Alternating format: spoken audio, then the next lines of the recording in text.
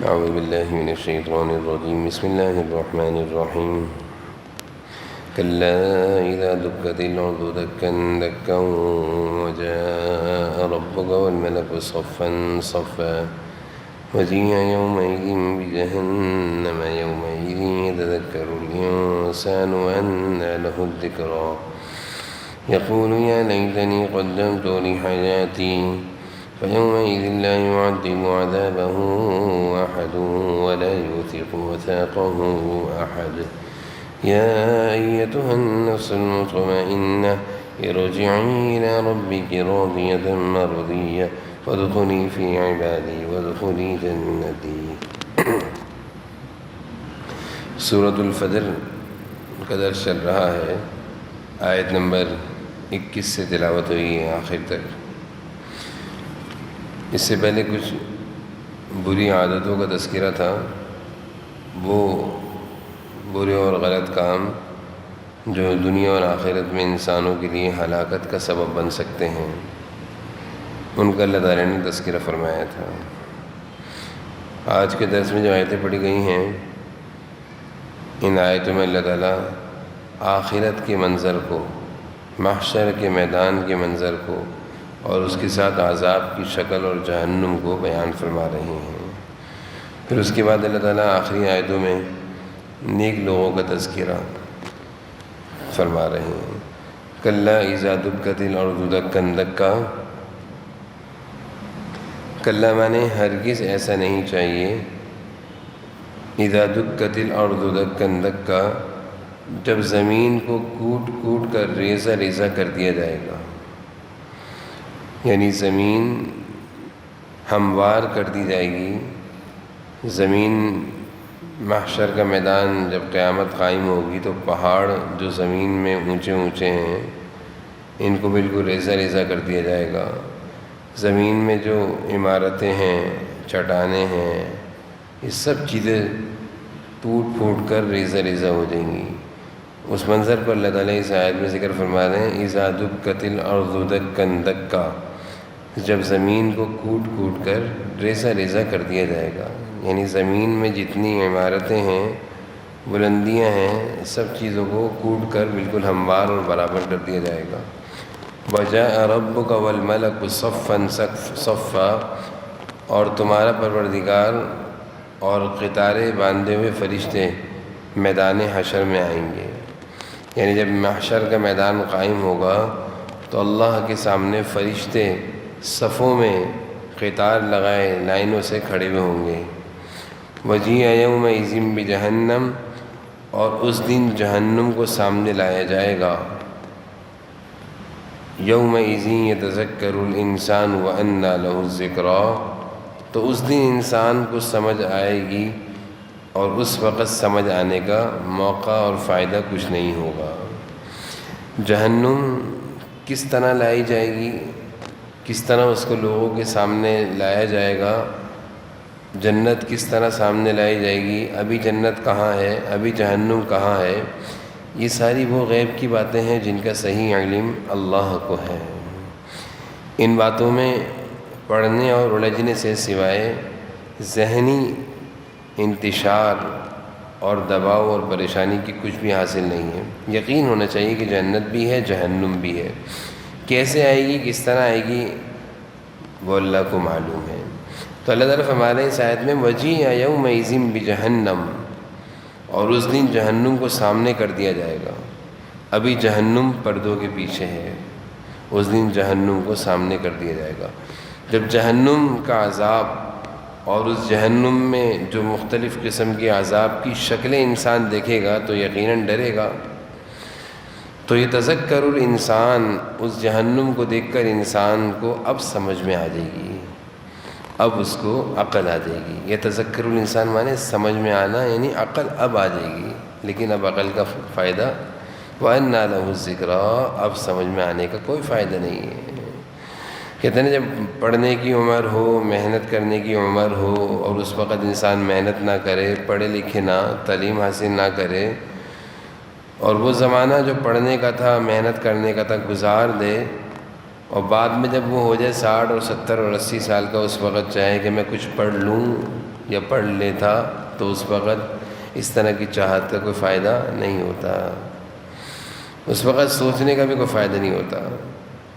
اسی طرح انسان آج دنیا میں اپنی آخرت کے لیے بہت کچھ کر سکتا ہے، اللہ تعالیٰ کو راضی کرنے کے لیے محنت، اعمال، نیک کام، گناہوں سے اپنے آپ کو بچا سکتا ہے، لیکن ابھی اگر غفلت کی زندگی میں سوئے ہوئے انسان نے اپنے آپ کو گزار دیا، یہ زندگی گزر گئی، اور پھر جب کل قیامت قائم ہوگی اور جہنم کو اپنی آنکھوں سے دیکھ کر پھر اس وقت اس کو سمجھ میں آئے اور چاہے کہ کچھ کر لوں، تو کوئی فائدہ نہیں ہوگا اس وقت سمجھنے کا۔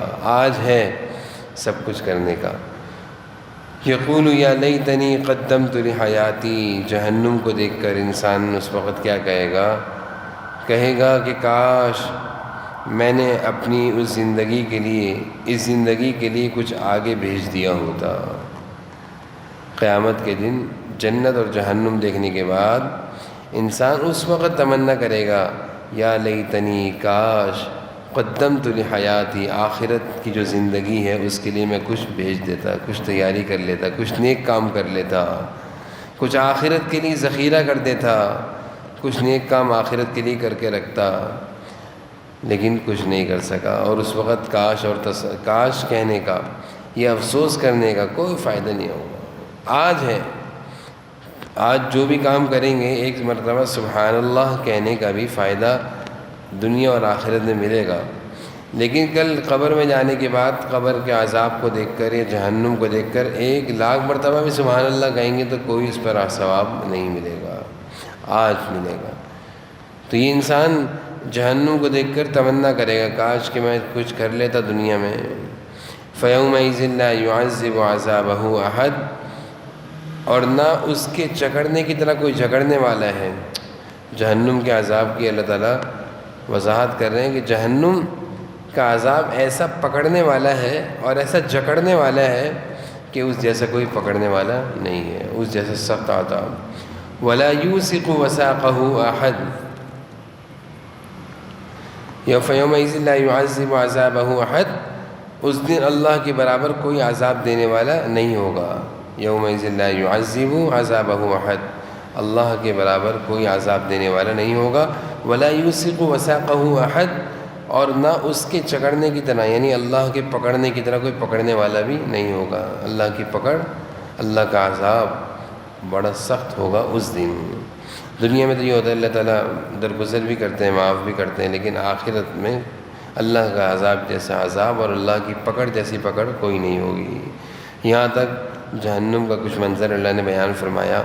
اب اللہ تعالیٰ نیک لوگوں کا تذکرہ فرما رہے ہیں، جن لوگوں نے اپنی زندگی اللہ کی مرضی پر گزاری، ان کو مخاطب کر کے اللہ تعالیٰ فرما رہے ہیں، ان سے کہا جائے گا یا ایتھا النفس المطمئنہ، اے وہ لوگوں، اے وہ جان، اے وہ انسانوں جو اللہ کی طاعت میں چین پا چکی ہے۔ مطمئنہ، نفس مطمئنہ اس شخص کو کہتے ہیں کہ دنیا کی زندگی میں اس کا مزاج ایسا بن جائے کہ اس کو اللہ کی عبادت میں چین و سکون آتا ہو، اور اللہ کی عبادت سے دوری میں اس کو بے چینی ہوتی ہو۔ نماز، تلاوت، عبادت، روزہ، اذکار، تہجد، ان چیزوں میں اس کو مزہ آتا ہو، اور جب وہ ان چیزوں سے دور ہو جائے تو اس کو بے چینی اور بے سکونی ہوتی ہو۔ جیسے مچھلی ہے، پانی میں ہے تو سکون میں، پانی سے نکال دیا جائے تڑپتی رہی ہے، اس کو کہتے ہیں نفس مطمئنہ۔ یہ اللہ کے اصل نیک بندے ہیں۔ پھر یہ اللہ کے نیک بندے عبادتوں میں اپنے آپ کو ایسا لگاتے ہیں کہ رذائل اور گناہوں سے ان کی طبیعت پاک ہو جاتی ہے۔ جب عبادت کثرت سے کی جاتی ہے، اللہ کی مرضی کی زندگی پر محنت کی جاتی ہے، تو گناہوں کی نفرت انسان کے اندر آ جاتی ہے، یعنی برائیوں کی نفرت اور برائیوں سے احتیاط اس کے لیے آسان ہو جاتی ہے عبادت کی کثرت کی برکت سے۔ یعنی ایک اچھا کام جب انسان مسلسل کرتا ہے تو اس اچھے کام کی برکت یہ ہوتی ہے کہ برے کام سے طبیعت ہٹ جاتی ہے۔ ایک اچھا کام جب مسلسل کیا جائے تو اس کی برکت طبیعت پر اس کا یہ اثر ہوتا ہے کہ برے کام کی طرف طبیعت نہیں لگتی۔ اس لیے کہتے ہیں مسلسل اللہ کا ذکر کرو، کیونکہ مسلسل جب اللہ کا ذکر کیا جائے گا اس ذکر کے انوارات اور برکات اور اثرات ایسے دل و دماغ پر پڑیں گے کہ وہ دل و دماغ اچھائی کی طرف چلنے لگ جائے گا، برائی سے بچ جائے گا۔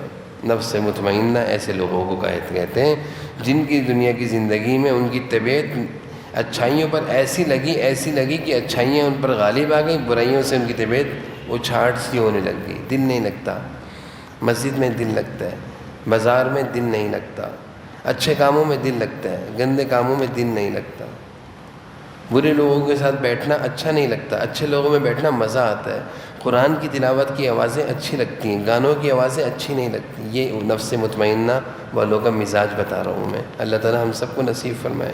محنت کرنے پڑتی ہے، انسان جب کسی چیز پر محنت کرتا ہے تو وہ محنت رنگ لاتی ہے۔ اپنے آپ پر جب ہم محنت کریں گے تو ہم بھی بن سکتے ہیں۔ یہ نفس مطمئنہ کسی نبی ولی کے ساتھ خاص نہیں ہے، ہر شخص بن سکتا ہے۔ تو اللہ تعالیٰ فرما رہے ہیں اس دن اللہ تعالیٰ کی طرف سے اعلان ہوگا، نفس مطمئنہ کدھر ہے بھائی؟ ارجعی الی ربک، آ جاؤ اپنے پروردگار کی طرف، راضیہ مرضیہ، کہ تم اس سے راضی وہ تم سے راضی۔ کتنی پیاری بشارت ہے اللہ کی طرف سے، بشارت مل رہی ہے، خوشخبری، پریشان نہ ہو، اللہ بھی تم سے راضی، تم بھی اللہ سے راضی ہو گئے۔ فادخلی فی عبادی، اب شامل ہو جاؤ میرے نیک بندوں میں، شامل ہو جاؤ میرے نیک بندوں میں۔ اس آیت کے ضمن میں تفاسیر میں بات لکھی ہے کہ پہلے اللہ تعالیٰ فرمانے شامل ہو جاؤ میرے نیک بندوں میں، وادخلی جنتی، اب جنت میں چلے جاؤ۔ تو یہاں سے یہ معلوم چلا کہ دنیا میں انسان جب نیک لوگوں میں رہتا ہے، اٹھتا بیٹھتا ہے، اللہ کے مقبول بندوں میں، مخلص بندوں میں، عبادت گزاروں میں، تو ان کی برکت سے پھر اللہ تعالیٰ جنت میں بھی داخل فرما دیتے ہیں۔ دنیا میں فادخلی فی عبادی، اللہ فرما رہے ہیں پہلے میرے نیک بندوں میں آؤ، وادخلی جنتی، بعد میں جنت میں بھیجیں گے۔ تو اس سے معلوم چلا یہ تو آخرت میں ہوگا، تو دنیا میں بھی جو اس طرح کی کوشش کرتا ہے کہ اللہ کے نیک بندوں میں رہتا ہے، یہ بشارت ہے اس کے لیے کہ اللہ اس کو جنت میں بھی داخل کر دیں گے۔ تو ماحول اور مزاج، ماحول کا بڑا اثر ہوتا ہے نا، نیک لوگوں کے ماحول، نیک لوگوں کی صحبت، نیک لوگوں کے ساتھ اٹھنے بیٹھنے سے مزاج نیکی کا بن جاتا ہے، پھر وہ انسان جنت میں چلا جاتا ہے۔ اللہ تعالیٰ ہم سب کو سمجھنے کو